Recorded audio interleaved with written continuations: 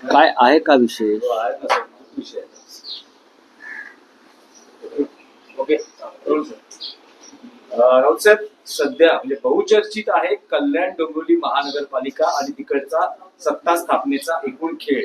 मी मनसेनं काल पाठिंबा दिलेला आहे शिंदे शिवसेनेला सत्ता स्थापन करण्यासाठी आणि ती आघाडी फॉर्म झाली. भाजप सगळ्यात आधी मी एका महत्वाच्या विषयाकडे आपल्या माध्यमातून लक्ष वेधू इच्छितो. मी आत्ताच त्या विषयावरचं आमचं म्हणणं एक सापांवर टाकलेलं आहे.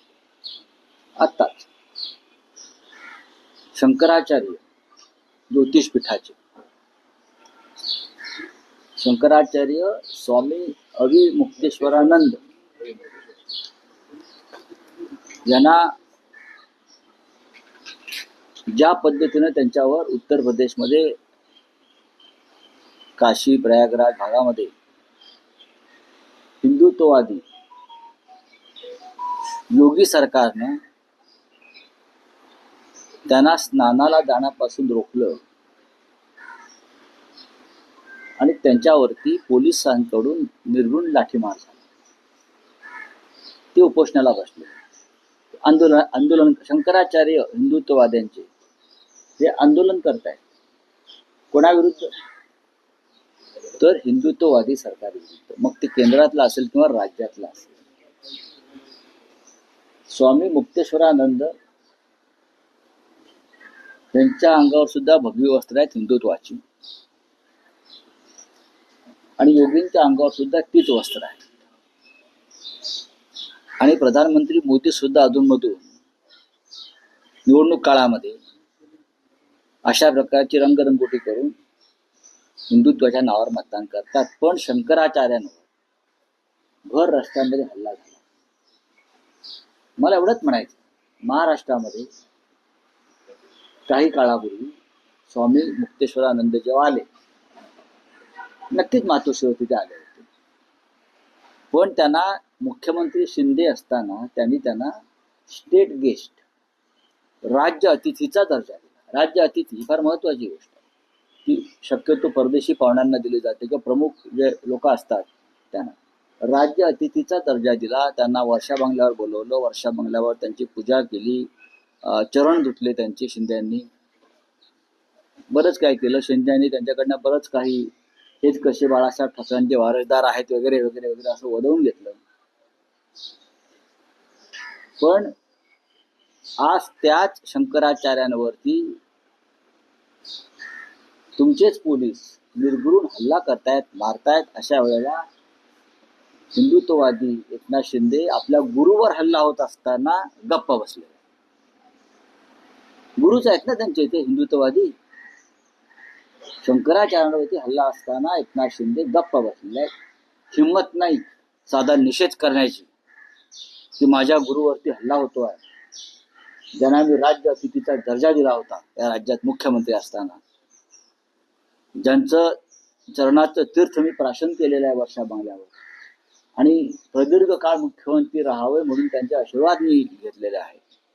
अशा त्यांच्या शंकराचार्य गुरूंवर निर्घृण लाठी हल्ला होतोय. ते उपोषणाला बसलेत आणि राज्याचे सध्याचे उपमुख्यमंत्री हे गप्प बसलेले आहेत घाबरून. दुसऱ्या एखाद्या राज्यात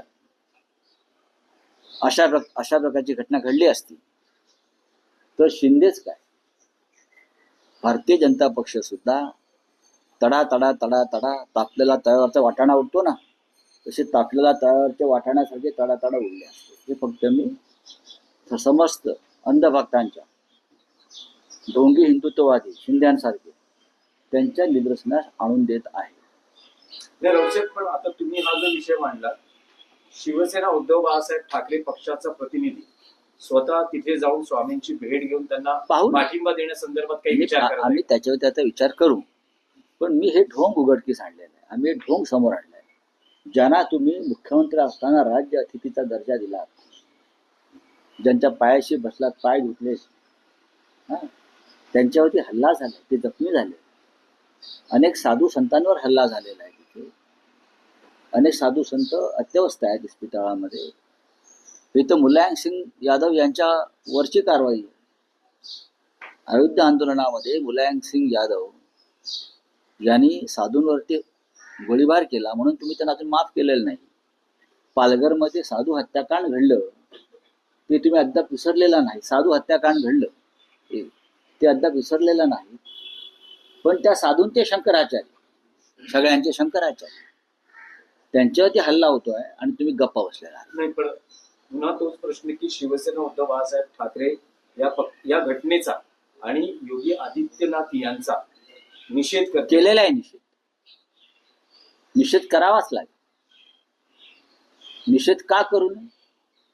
हा निषेध पंतप्रधान मोदींनी करायला पाहिजे. हा निषेध इतर सर्व शंकराचार्यांनी केला पाहिजे. हा निषेध शिंदेसारख्या त्यांच्या राजकीय भक्तांनी पण केला पाहिजे. राम मंदिर प्रकरण असेल, योगींवर वारंवार टीका असेल, यामुळे कदाचित शंकराचार्यांच्या संदर्भात असं त्यांच्या काही असेल पण ते शंकराचार्य आहेत. आता त्या शंकराचार्यांनाच नोटीस पाठवलं, तुम्ही शंकराचार्य आहात कशावरून? जर तुम्ही शंकराचार्य नाहीत मग त्यांना देशभरामध्ये राज्य अस्तित्वाचा दर्जा का मिळतो? महाराष्ट्रात दिलेला आहे. हे ढोंगी लोक आहेत. बोलिये. राऊतसाहेब, सत्ता स्थापनेसंदर्भात महापालिका निवडणुकांनंतरच्या एकूण सगळ्या अडचणींवर प्रश्न आहेत. केडीएमसी सगळ्यात जास्त चर्चेचा विषय बनला आहे, जिथे मनसेनं शिवसेना शिंदेला या गटाला पाठिंबा दर्शवलाय. एक वेगळी आघाडी फॉर्म झालेली आहे. भाजपला सत्तेपासून आणि महापौर पदापासून दूर ठेवण्यासाठी व्यूहरचना आखली. शहकाटशहाचं राजकारण. शहकाशाच्या राजकारणामध्ये नीतिमत्ता ओंडक्यासारखी वाहून जाऊ नये, एवढंच आमचं म्हणणं आहे. काल या विषयावर एक भूमिका मांडली. कल्याण डोंबिवलीत जे घडलं ती महाराष्ट्र नवनिर्माण सेनेच्या संदर्भातली त्यांची पक्षाची भूमिका नाही असं त्यांच्याकडून सांगण्यात आले. स्वतः महाराष्ट्र नवनिर्माण सेनेचे प्रमुख राज ठाकरे यांना सुद्धा ती भूमिका मान्य नाही, ती पक्षाची भूमिका नाही. हे त्यांच्याशी चर्चा झाल्यावरती आमच्या लक्षात आलेलं आहे. पण तुम्हाला जर स्थानिक लोकांना अशा प्रकारची युती करायची होती तर तुम्ही कल्याण डोंबिवलीमध्ये शिवसेनेबरोबर युती करायला नको होती. आमची एक भूमिका आहे आणि कठोर आणि कडवट आहे शिंदेच्या बाबतीमध्ये व त्यांच्या गटाच्या बाबतीत. त्यांनी महाराष्ट्राच्या पाठीमध्ये खंजीर बसल्या. भारतीय जनता पक्षाबरोबर तुम्ही दोन पर्याय होते. खरं म्हणजे तिथे शिंदे आणि भाजप एकत्र येऊ शकतात.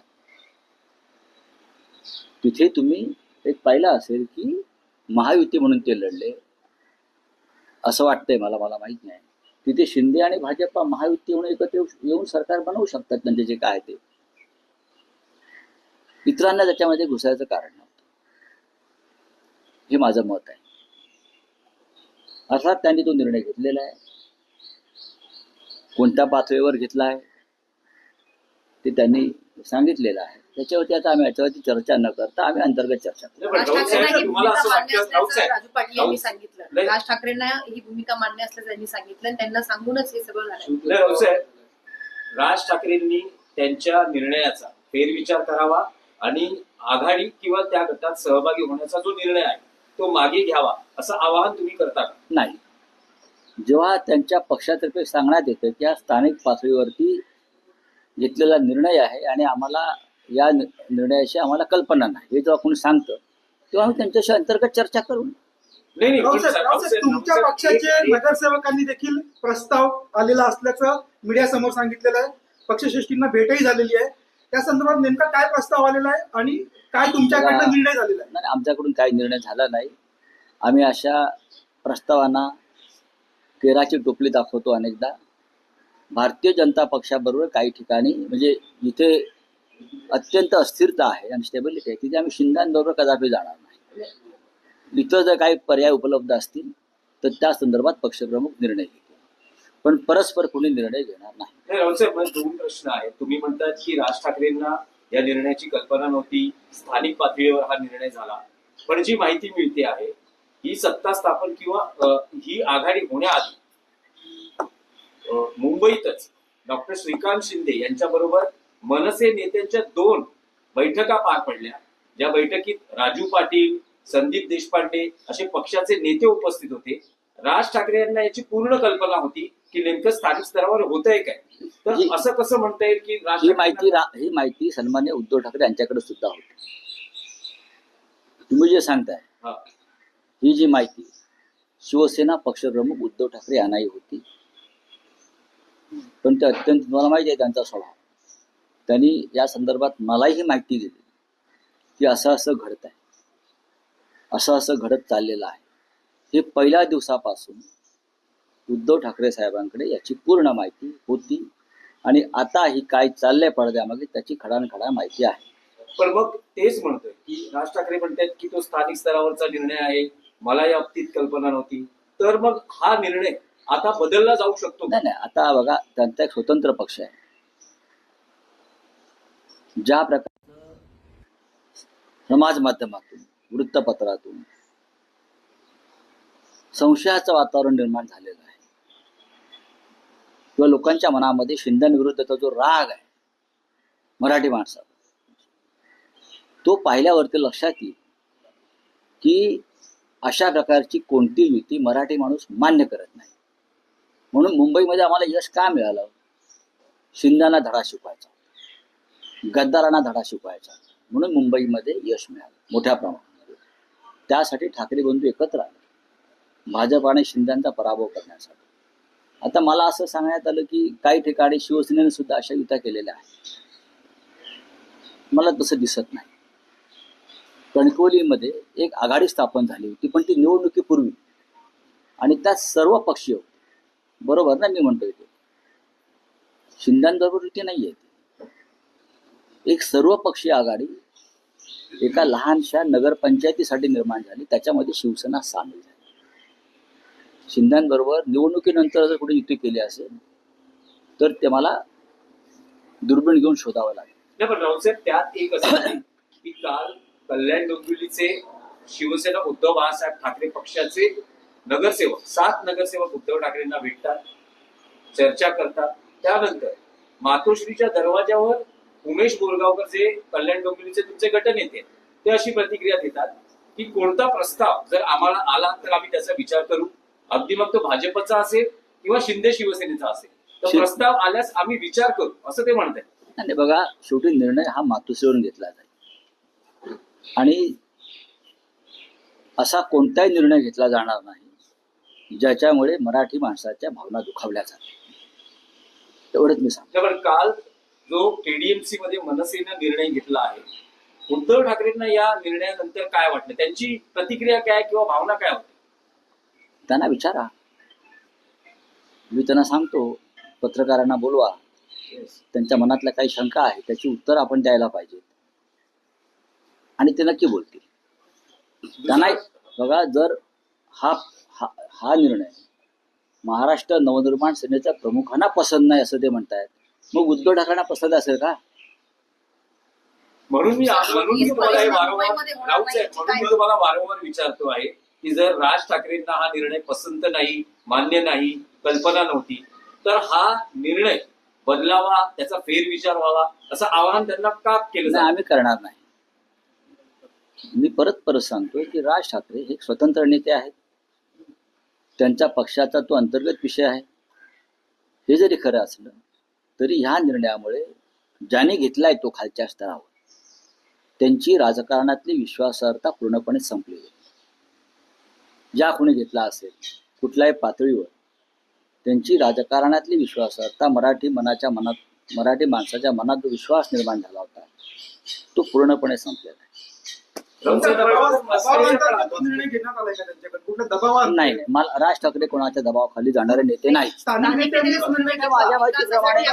कारण ते सतत असं सांगते त्यांचे स्थानिक नेते की विकासाच्या मुद्द्यावर आम्ही पाठिंबा देतो आहोत, लोकांसाठी आम्ही गेलो, लोकांना आम्ही तोंड देऊ.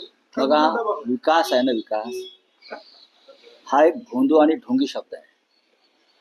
नरेंद्र मोदी, अजित पवार जातात 70,000 कोटीचा घोटाळा करून विकासासाठी, एकनाथ शिंदे जातात विकासासाठी, सगळे भ्रष्टाचारी पक्षात घेतले जातात विकासासाठी. या चिन्हावर निवडून त्या चिन्हात प्रवेश करायचा विकासासाठी. हा एक ढोंगी आणि भोंदू शब्द आहे. विकास या शब्दावरती आता बंदी आणली पाहिजे. विकास हा जो नावच शब्द नाही घ्यायचं विकासाचं. विकास हा शब्द इतका बदनाम झालेला आहे मोदी आणि फडणवीस यांच्या काळामध्ये. विकास या शब्दावरती कायदेशीरपणे बंदी आली पाहिजे. जसं गोडसे हा अनपार्लिमेंटरी शब्द आहे, अनेक शब्द अनपार्लिमेंटरी आहे, तसा विकास हा शब्द सुद्धा या देशामध्ये असंसदीय अनपार्लिमेंटरी ठरवणं गरजेचं आहे. त्याच्यामुळे मी विकासासाठी गेलो नाही, मी माझ्या कुटुंबाच्या स्वार्थासाठी गेलो, मी माझ्या स्वार्थासाठी गेलो. विकासाचं दुसरं नाव सध्या स्वार्थ आणि ढोंग झालेलं आहे. राऊत साहेब, हे एडीएमसीचे सगळे जे पडसाद आहेत, एडीएमसी मध्ये जे काय घडलंय, आता मुंबई महापालिकेच्या सगळ्या एकूण घडामोडीकडे बघितलं जातंय. असं म्हणतायत की शिंदे आणि त्यांचे नेते, म्हणजे पक्षाचे नेते सध्या दिल्लीत आहेत आणि अडीच वर्षाचा फॉर्म्युला किंवा सुरुवातीच्या काळात शिवसेना शिंदे गटाला महापौर पद मिळावं, बाळासाहेबांच्या जन्मशताब्दीचं वर्ष. बाळासाहेबांचा आणि त्यांचा काही संबंध नाही. नंबर 1, बाळासाहेबांचा आणि भाजपचा काडी मात्र संबंध नाही आणि शिंदेचा तर त्याहून नाही. गद्दारांना जोडे मारा हे बाळासाहेबांचं स्टेटमेंट आहे. गद्दारांना रस्त्यावर मारा हे बाळासाहेबांचं आव्हान होतं. त्यामुळे बाळासाहेबांचं नाव यांनी घेऊ नये आणि हा एक पवित्र शब्दावरती डाग लावू नये. तुम्ही आता म्हणालात की विश्वासार्हता, त्यांनी कोणी हा निर्णय घेतला त्यांची विश्वासार्हता संपली असं तुम्ही म्हणताय. मग मनसे या पक्षाची आणि राज ठाकरे यांची विश्वासार्हतेवरती माझं वाक्य तुम्ही नीट ऐकलं नाही. तुम्ही वारंवार राज ठाकरेंकडे बोट वळवू नका. मी वारंवार सांगतोय की त्यांना हा निर्णय मान्य नाही, हे त्यांनी स्वतः सांगितलेलं आहे. खालच्या पातळीवरती जर कोणी घेतला असेल, तुम्ही एका पक्षावर निवडून येता आणि पक्षाच्या मूळ भूमिकेपासून दूर जाता. ते कुठल्याही पक्षाचे असतील, ते मनसेचे असतील, शिवसेनेचे असतील. 2 लोक शिवसेनेचे मशालवरचे सुद्धा त्यांच्याबरोबर आहेत ना. सगळ्यांचीच विश्वासार्हता पणाला लागलेली, सगळ्यांची. आणि निवडून आलेला माल ताबडतोब विकायला बाजारात येतो. आम्ही निवडून आणायचं, हा, कसे नरडी गरम करायची, साधनं द्यायची आणि निवडून आलेला माल ताबडतोब बाजारामध्ये उभा. बरं का? आमस्टरडॅमला कधी गेलात तर तुम्हाला माल कसा काचेच्या कपाटामध्ये उभा असतो तुम्हाला दिसेल. असे सगळे काचेच्या कपाटामध्ये लेबल लावून उभे आहेत. हे राजकारण महाराष्ट्रातलं गेल्या काही काळापासून अत्यंत खालच्या पातळीवर गेलेलं आहे. चला,